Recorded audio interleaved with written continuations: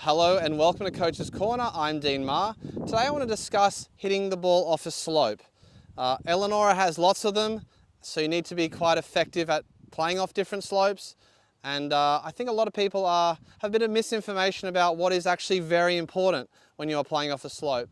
And I think it really does cost them. For instance, a lot of people will miss-hit a shot off a slope, they'll hit it offline, or they'll hit the ball heavy or very, very thin, or top the ball. And they generally find when the slope is at its most prominent is when they hit their worst shots. And I think a lot of people could get a little bit better at understanding the important things. So let's just start with, I would say, the pitfalls of what I think people fall into, which is to only really focus on maybe a slight alteration to their alignment. So for instance, if the ball is below their feet, like on the 14th hole second shot, they may aim just a little bit to the left, thinking that the ball will always come back. Likewise, on the 8th hole, when there's the ball above their feet, they'll aim just a little bit to the right and hope that their ball will just come back a little bit. Now, to me, that is somewhat important, but not as important as other things. For instance, making sure you are balanced when you swing. Excuse me, I'm getting emotional. Making sure that you are swinging smoothly and not out of rhythm. And 3, making sure you're making a nice forward and down movement when you strike through the ball so that you can make a nice ball first contact on the ball. Now that, to me, that last bit is very important because I think it can actually be a real problem when people are playing off a slope. So for instance, if the ball is above your feet, like on the 8th hole, and you hit the ground behind the ball, say it was going to come through the ball anyway, but there's a little bit of an influence of the ground, it will actually spin the club face open, meaning that the ball will go to the right. So even though you were told, oh, the ball always goes left when the ball's above your feet, that ball is about to go way right. Likewise, on the 14th, when the ball's below your feet, if your club head hits heel in, the toe will keep going and the ball will get pulled to the left. So once again, it won't do what you thought you were told it would do. It'll just pull straight to the left. It will also be mishit most likely. So let me talk through now my strategy for the more important things that I think are important when I'm playing a shot off a slope. I've grown up on slopes. I grew up playing Chatswood. I then moved to Bayview, and then I played a lot of golf at Monash, so I'm well accustomed to slopes. And I've found that if you focus more on balance, so that's to start with, let's start there. So this is the ball below my feet here. We're on the golf driving range. I had to find a lie like this. I'm going to move my weight a little bit more into my heels. So most of my swing is going to feel like it's off my heels. And I'm going to hold myself back against that slope. So because the ball's below my feet, I have to lean over a little bit more. But more importantly, I'm going to feel the weight move a little into my heels. And as I swing, I'm going to feel my weight stay in my heels. So that was a successful shot because I did a couple of other things really well. I kept my rhythm. I didn't get really ultra fast. You know, when people get a bit uncomfortable or their confidence is low, they'll tend to get out on a slope and just rush their swing, lose their balance and lose their rhythm. They'll lose their club face as well. The other thing I did really well was I moved forward and down as I struck through the shot. Just because you're on a slope doesn't mean you have to stay like really, really still and not move forward.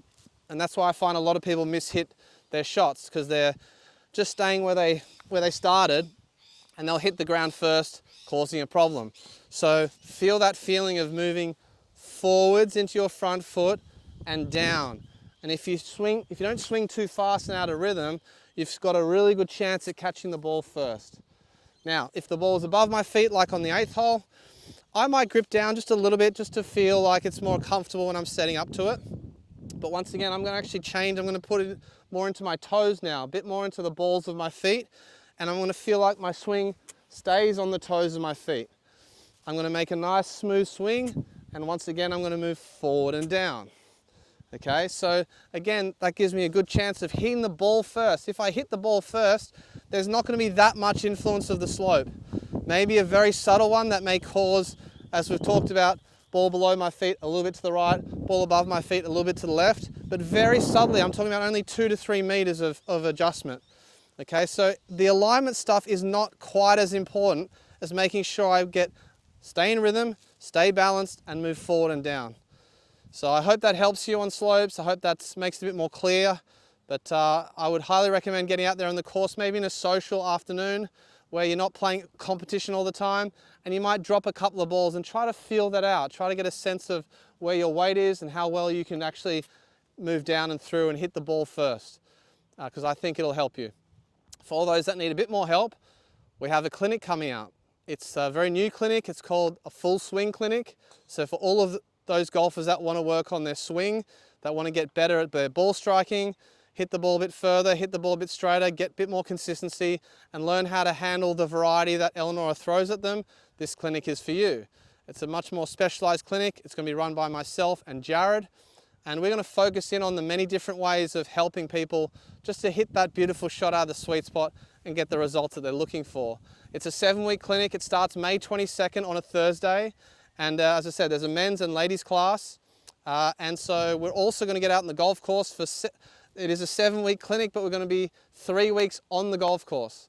So we're going to get out there onto the different lies and teach you how to handle the difficulty that Eleanor throws at you, but also the difficulties that golf throws at you. When you're on a good round, how to continue it. If you get off to a slow start, how to get your mojo back. How to learn from your mistakes. These are very, very important things to becoming great ball strikers, and we are here to help you. So please put your name down as soon as we can. There'll be a link with this video. And yeah, as I said, we're starting May 22nd, so not long, and we'll get stuck into it, get your game ready for hopefully winter and beyond. And if full swing is something that you feel you need a bit of improvement with, don't feel afraid to put your name down. For all those that have done the development program, you know, we have a lot of fun during these programs. We learn and we have fun, and it's a great social experience. So please put your name down if you're on the fence.